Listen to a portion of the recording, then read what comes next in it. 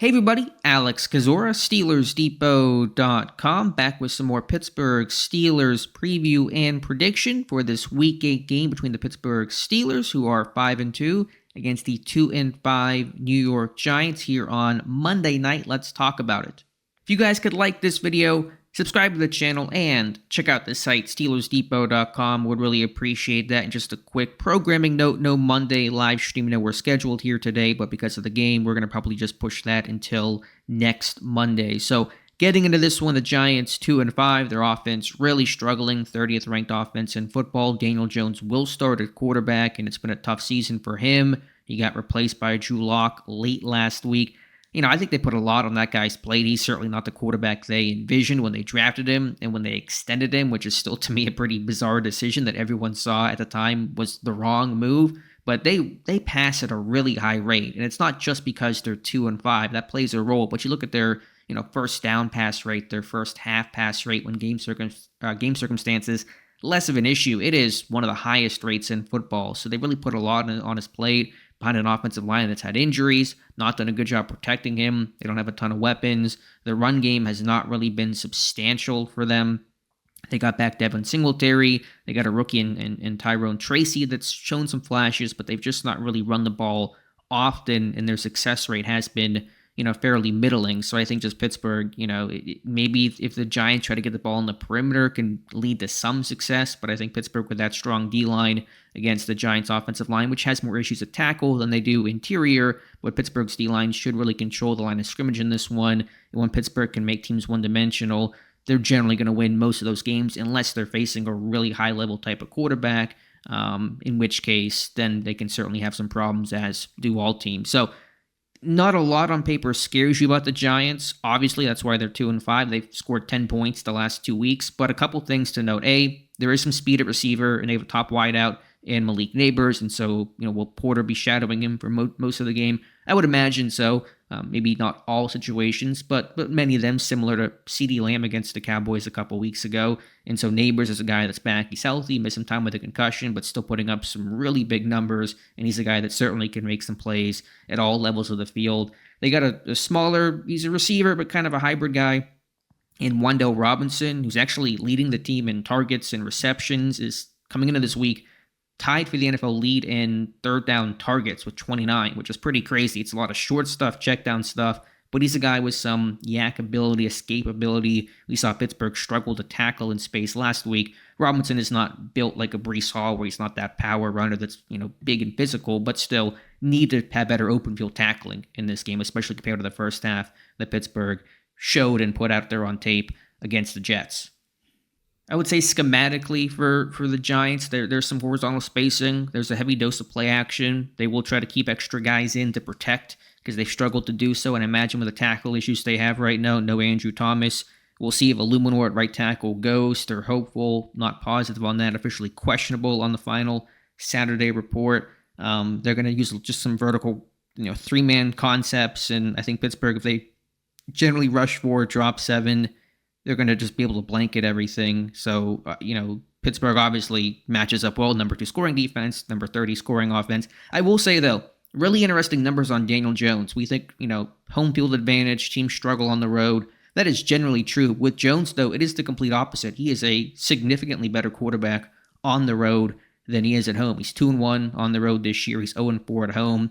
All of his touchdowns this year have come on the road. All of his interceptions this year, 4 of them have come at home. So I don't know why that is. That's been a trend throughout his career as well. He's a markedly better quarterback on the road than he is at home. So, you might think on paper, you come to Pittsburgh, tough place to play. At their place, even more advantage for Pittsburgh. We'll see, of course, and it is going to be tough. But Jones is, for whatever reason, just better when he's out of the New York, New Jersey area. Defensively for the Giants, I don't want to overlook this unit. Their front 7 is really strong, and their D-line is excellent, even missing Kayvon Thibodeau, who won't play in this one. They got Dexter Lawrence, who is just the most dominant interior defensive player in football right now. Dude's got 9 sacks, which leads the NFL entering Week 8 at a listed 340 pounds, and I'll bet you a couple of biscuits he's heavier than that. So how do you handle him with your four-string center and Ryan McCollum, who played well last week against the Jets and overall held his own against Quinnen Williams, lost a couple, one holding call, but Lawrence a different cat, a different guy where he's a plugger, but he's athletic too. He's not just a run stuffer. That's why he's got 9 sacks this year. You just watch this guy, just watch him line up on rundowns. This wide stance that he has. It's not a track stance. He'll go into that in some pass rushing situations, but I mean, he'll just kind of get his base super wide and almost just two-gap based on his alignment. And so you can't just be McCollum, and the team knows that. Pittsburgh knows that. It's going to be double teams, but I'm not going to pretend like you can really move this guy effectively, but making sure he can't really disrupt and get in the backfield and get off of blocks. If you can do that, that's a win. We'll take stalemates. I'll take stalemating him and taking 2 to just make sure he's not wrecking the game, both in run blocking, but also in pass pro, because you don't want him collapsing the pocket. Certainly, he'll be trying to do that against a Russell Wilson, who has a tendency to still bail in the pocket, a little bit shorter, trying to find some clean air, and so there's a concern there.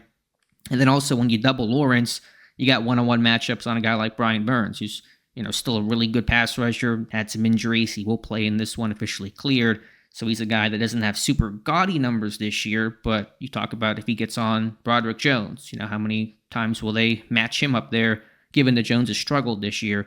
That's going to be something to watch for as well. So I'm just worried about, A, taking care of Lawrence, and then even if you do, B, the domino effect of the other matchups to get created because you're focusing so much attention, rightfully so, on Dexter Lawrence.